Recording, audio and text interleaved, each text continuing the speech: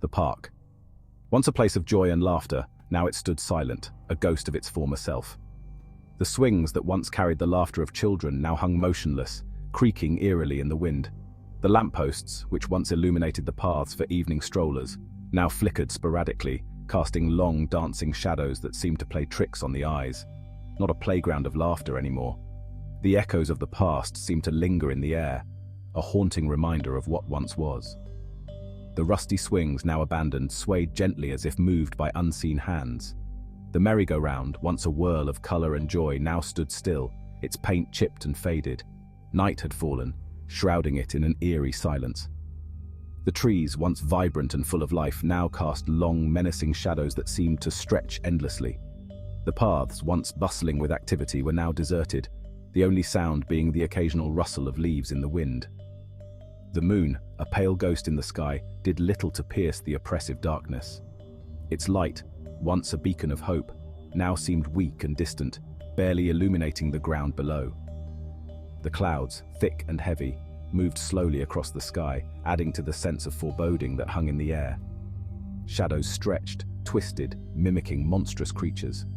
The shapes they formed were grotesque and unsettling, playing tricks on the mind. Every rustle, every creak seemed amplified, as if the park itself was alive, watching, waiting. A chill wind whispered through the trees, rustling leaves like whispers. It carried with it a sense of unease, a feeling that something was not quite right. The branches swayed ominously, their movements almost deliberate, as if they were reaching out, trying to communicate some hidden message. The air, thick with the smell of damp earth and something else, something vaguely metallic, sent shivers down my spine. It was a scent that was out of place, foreign, adding to the sense of dread that permeated the park. The ground, wet and muddy, seemed to cling to my shoes, making each step feel heavy and labored. This wasn't just a park at night. It was a place that seemed to exist in a different realm, a world where time stood still and the past and present collided. The absence of people, the silence, the darkness, it all combined to create an atmosphere that was both eerie and captivating. This was a place holding its breath, hiding a secret that seemed to pulse just beneath the surface, waiting to be discovered. The shadows, the whispers, the sense of unease, they all pointed to something hidden, something that the park was trying to conceal. It was a place that demanded to be explored, to have its mysteries unraveled, but at the same time, it warned of the dangers that lay within. My name's Jake, and I shouldn't have been there. Not at this hour. But tonight was different. Tonight was about proving a point, conquering a fear. The dare spend an hour in the park alone after dark. My friends thought I wouldn't last 5 minutes. They called me chicken, laughed at my apprehension, but I was determined. I wouldn't let their taunts get to me. I would show them. I was brave. At least that's what I kept telling myself. The first 20 minutes were the worst.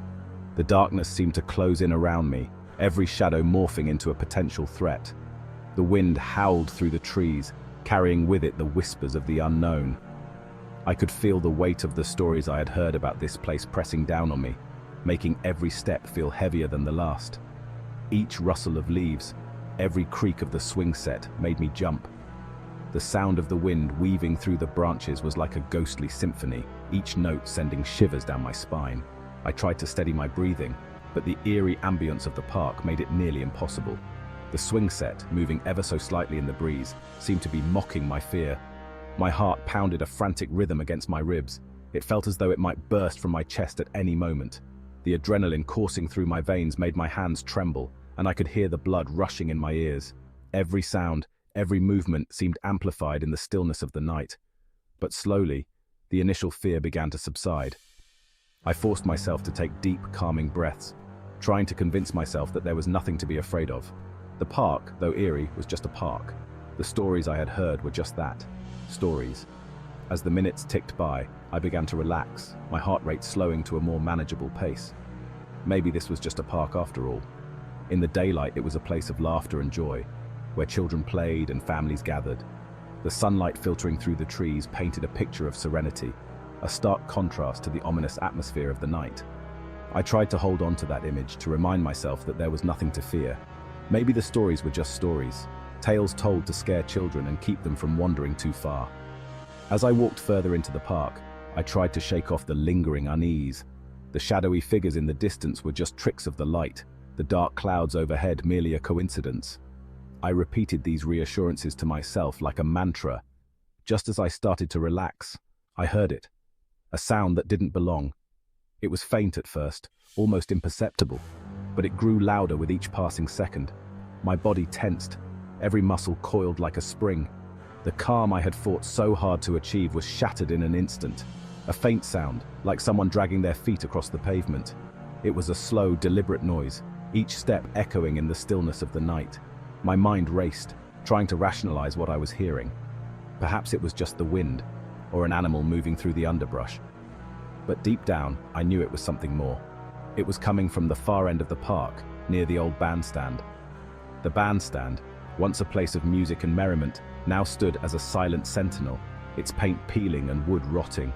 The sound seemed to be drawing me towards it, compelling me to investigate. I hesitated, fear warring with curiosity. What could be making that noise, and why did it feel like it was calling to me? With a deep breath, I decided to move closer. Each step felt like an eternity, the distance between me and the bandstand stretching out impossibly. My heart resumed its frantic pace, pounding in my chest like a drum. The sound grew louder, more distinct as I approached. It was unmistakably the sound of footsteps, dragging slowly across the ground. As I neared the bandstand, I could see a shadow moving in the dim light. It was a figure, hunched and shuffling, its movements slow and deliberate. My breath caught in my throat and I froze, unsure of what to do. The stories I had dismissed as mere tales now seemed all too real. The figure disappeared into the shadows, leaving me standing there, heart racing and mind reeling. The bandstand loomed before me, silent and foreboding. I took a step back, then another, my instinct screaming at me to run. But something held me in place, a morbid curiosity that refused to let me leave. I stood there, alone in the park, the wind rustling through the trees. The whispers in the wind seemed to grow louder, as if urging me to uncover the truth. I took a deep breath, steeling myself for whatever lay ahead. The night was far from over, and the secrets of the park were waiting to be revealed. With one last glance at the bandstand, I turned and walked away. The park, bathed in moonlight, seemed to watch me with silent eyes. The whispers in the wind followed me, a constant reminder of the mysteries that still lingered in the darkness. I knew I would return, drawn by the allure of the unknown, and the promise of uncovering the secrets hidden within the shadows. My blood ran cold. It was as if the very essence of fear had gripped my heart, squeezing it with icy fingers. The night was eerily silent, save for the occasional rustle of leaves in the wind. I could feel the hairs on the back of my neck stand on end, a primal instinct warning me of the danger that lurked in the shadows. The dragging sound grew louder, accompanied now by a low moan that sent shivers down my spine. It was a sound that seemed to come from the depths of despair, a mournful wail that echoed through the empty park. I could almost feel the weight of the darkness pressing down on me, suffocating me with its oppressive presence. The sound was getting closer, and with it, the sense of dread that had been building inside me. My breath caught in my throat. I felt like a deer caught in the headlights, frozen in place by the sheer terror of the unknown. My mind raced with thoughts of what could be making that dreadful noise. Was it a lost soul, wandering the earth in search of peace? Or something far more sinister, a creature of the night that fed on fear and despair? I had to see what it was. Curiosity, or perhaps a morbid fascination, drove me forward. I knew that turning back was not an option. I had to confront whatever it was that haunted this place. The darkness seemed to close in around me as I took cautious steps towards the source of the sound. Each step felt like an eternity, the anticipation building with every moment. Or maybe I just had to prove it wasn't real. My rational mind fought against the fear, trying to convince me that it was all just a figment of my imagination. But deep down, I knew that something was out there, something that defied explanation.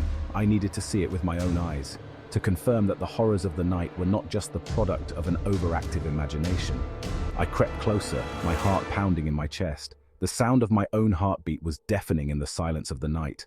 I could feel the adrenaline coursing through my veins, heightening my senses and sharpening my focus. Every shadow seemed to move, every rustle of leaves a potential threat. The air was thick with tension, and I could almost taste the fear that hung in the air. And then I saw it, a figure, standing motionless in the darkness. My heart skipped a beat as I tried to make sense of what I was seeing. It was unlike anything I had ever encountered before, a presence that seemed to defy the natural order of the world. The figure was shrouded in darkness, its form barely visible in the dim light of the park. Standing under the flickering lamppost by the bandstand was a figure. The light cast eerie shadows, making the figure appear even more menacing.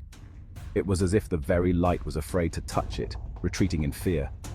The figure stood still, its presence commanding the space around it. I could feel its gaze upon me, even though I couldn't see its eyes. Tall, skeletal, draped in what looked like a tattered black cloak. The cloak billowed slightly in the breeze, giving the figure an almost ethereal quality. It was as if it was not entirely of this world, a spectre that had crossed over from the realm of the dead. The skeletal frame was gaunt and emaciated, a stark contrast to the darkness that surrounded it. It was a vision of death, a harbinger of doom. Its face was hidden in the shadows, but 2 points of crimson light pierced the darkness, its eyes. They glowed with an unnatural intensity, burning with a malevolent fire. Those eyes seemed to bore into my soul, stripping away any pretense of bravery I had left. I could feel the weight of its gaze, a tangible force that threatened to overwhelm me. The eyes were a window into the abyss, a glimpse of the darkness that lay beyond the veil of reality. I trembled, my body betraying the fear that gripped me. My hands shook uncontrollably, and I could feel the cold sweat trickling down my back. The figure remained motionless, its eyes never leaving me. It was as if it was waiting for something, a moment of weakness that it could exploit. I took a step back, my instincts screaming at me to run, to get as far away from this abomination as possible. But my legs felt like lead, refusing to obey my commands. I was trapped, caught in the gaze of the spectre. The darkness seemed to close in around me, the shadows reaching out with grasping fingers. I could hear my own ragged breathing, the sound of my heart pounding in my ears. The park, once a place of solace and peace, had become a nightmare, a twisted reflection of my deepest fears. Desperation took hold, and I forced myself to move. I stumbled forward, my legs barely supporting my weight. I could feel the eyes of the spectre on my back, a constant reminder of the terror that pursued me. I didn't dare look back, fearing that if I did, I would be lost forever. The park seemed to stretch on endlessly, each step a struggle against the overwhelming fear that threatened to consume me. Finally, I found a small alcove, a temporary refuge from the horror that stalked me. I pressed myself against the cold stone, trying to steady my breathing. The darkness was still there, lurking just beyond the edge of my vision. I could feel its presence, a constant reminder of the danger that awaited me. I knew that I couldn't stay hidden forever, that eventually I would have to face the spectre once more. Summoning every ounce of courage I had left, I prepared myself to confront the spectre.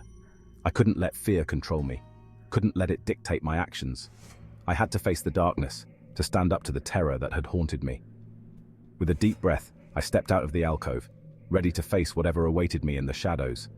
As I walked towards the darkness, I felt a strange sense of calm wash over me. The fear was still there, but it was tempered by a newfound resolve. I was no longer just a victim, cowering in the face of the unknown. I was a warrior, ready to confront the spectre and reclaim my peace. The night was still dark, the shadows still menacing, but I was no longer afraid. I was ready.